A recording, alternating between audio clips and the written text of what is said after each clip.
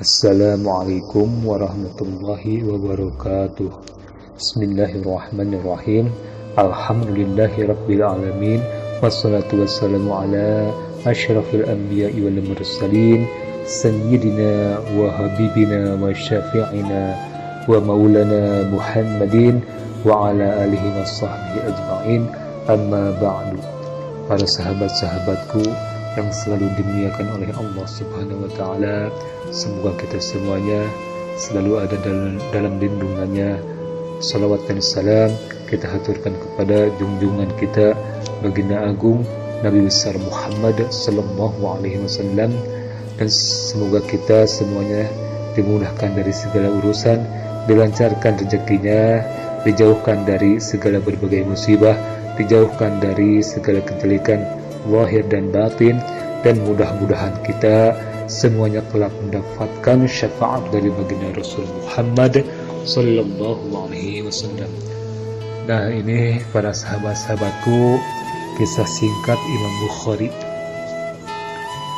Penyusun kitab fenomenal Sahih Al-Bukhari ini memiliki nama lengkap Abu Abdillah Muhammad bin Ismail bin Ibrahim ibn Mughirah bin Bardijabah, imam yang lahir pada 13 Syawal 194 Hijriah. Ini sempat mengalami kebutaan di waktu kecil. Namun kebutaan itu sirna setelah ibundanya bermimpi Nabiullah Ibrahim alaihissalam yang berkata padanya, Allah Subhanahu wa ta'ala telah mengembalikan penglihatan anakmu karena tangisanmu dan banyaknya doa yang kau panjatkan. Dalam usia 10 tahun, Imam Bukhari telah hafal hadis, bahkan dalam usia 11 tahun. Beliau berani mengoreksi seorang ulama karena salah menyebutkan sanad hadis. Usia 16 tahun, beliau mampu menghafal karya-karya Imam Ibnu Al-Mubarak dan Imam Waqi. Dan ketika beliau bersama ibu dan saudaranya bernama Ahmad pergi ke Mekah untuk melaksanakan haji, beliau tidak mau pulang, melainkan lebih memilih tinggal demi mencari hadis. Dan usia 18 tahun, beliau telah menyusun putusan fatwa para sahabat, tabi'in dan pendapat-pendapat mereka. Beliau juga menyusun kitab tarikhnya di samping makam baginda Rasul Muhammad sallallahu alaihi wasallam dalam keadaan tengah malam hari.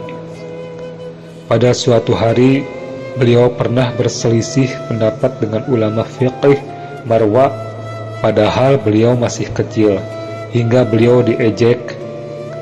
Sudah berapa kitab yang kamu tulis hari ini? 2 kitab, dan aku menolak 2 hadis tersebut, jawabnya. Sontak semua orang yang hadir di majelis itu pun tertawa.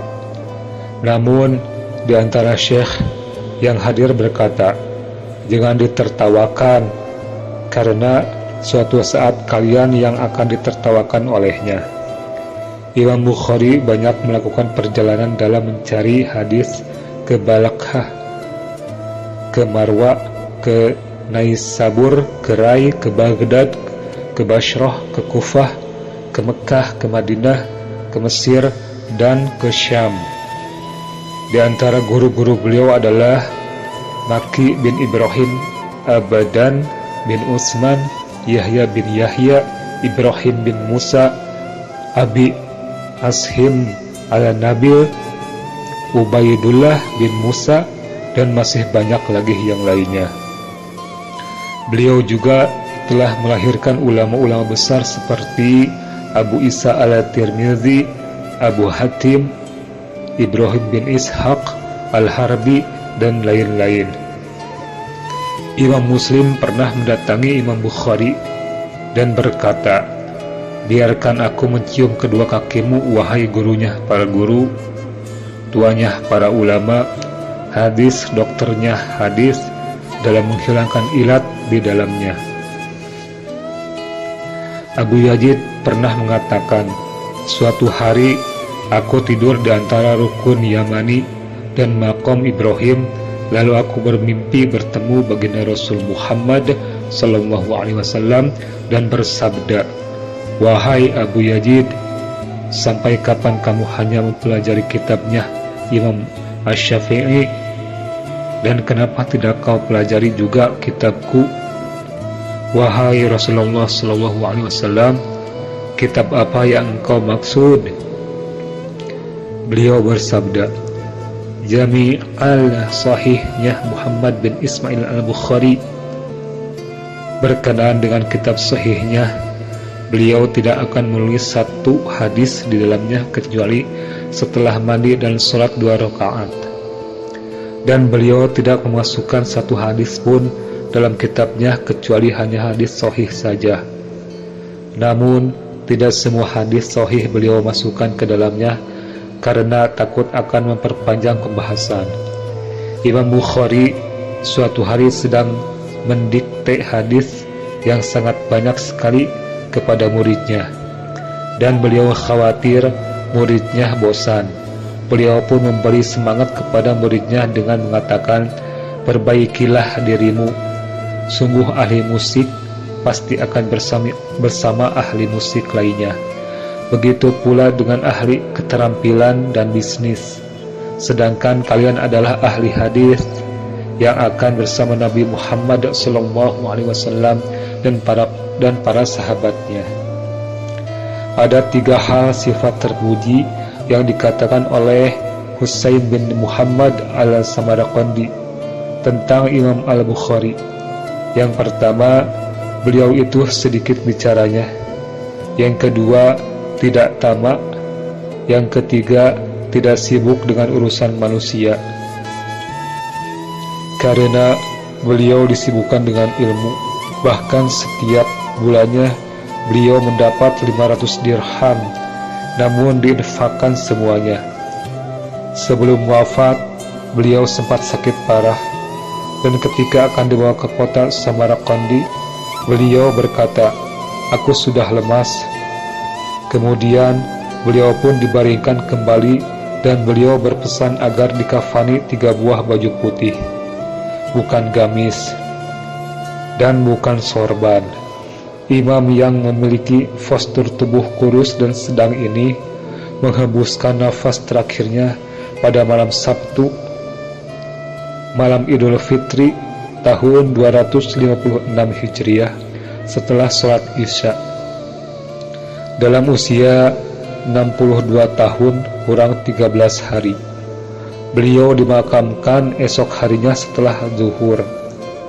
Ketika proses pemakamannya, angin meniup tanah makamnya, dan sontak harum wangi melebihi kasturi sampai berhari-hari tercium dari dalam makamnya, sampai semua penduduk kota membincangkannya karena kagum. Abdul Wahid bin Adam berkata, "Saya melihat baginda Rasul Muhammad SAW di dalam mimpi bersama para sahabatnya. Beliau berhenti pada suatu tempat. Aku mengucapkan salam kepada beliau, dan beliau pun menjawab salamku. Aku bertanya, 'Mengapa berhenti di sini, wahai Rasulullah SAW?' Beliau pun menjawab, 'Aku menunggu Muhammad bin Ismail al-Bukhari.' Setelah beberapa hari, maka datanglah kabar wafatnya Imam Bukhari. Dan tatkala saya perhatikan waktu wafatnya beliau, ternyata tepat saat aku bertemu dengan baginda Rasul Muhammad SAW. Diceritakan dari Abu Al-Fath Nasr bin Al-Hasan Al-Saqati Al-Samarqandi, pada tahun 464 di Samarqandi terjadi pacaklik. Penduduk pun meminta hujan berkali-kali, namun nihil, hujan tak kunjung turun. Akhirnya ada seorang laki-laki solih mendatangi Qadi Samarqandi.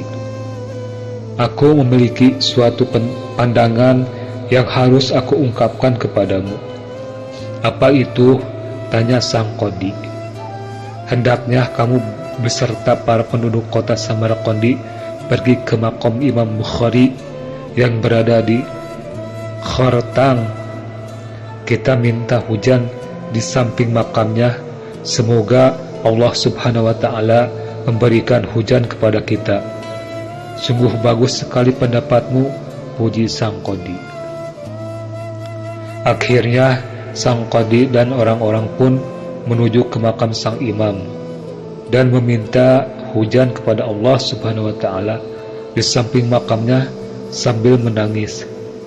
Lalu tak lama kemudian Allah pun menurunkan hujan lebat hingga mereka tidak bisa pulang ke Samarqandi dan tinggal di Khartang selama seminggu lebih.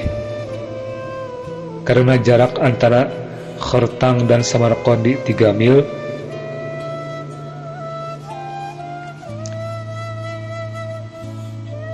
nah, itulah para sahabat-sahabat kisah sekelumit imam besar ahli hadis Imam Bukhari yang hari-harinya disibukkan dengan hadis-hadis baginda Rasul Muhammad SAW, sehingga tak heran jika Nabi SAW pun merindukan sosok beliau. Mudah-mudahan bermanfaat. Mohon maaf apabila ada kesalahan. Wassalamualaikum warahmatullahi wabarakatuh.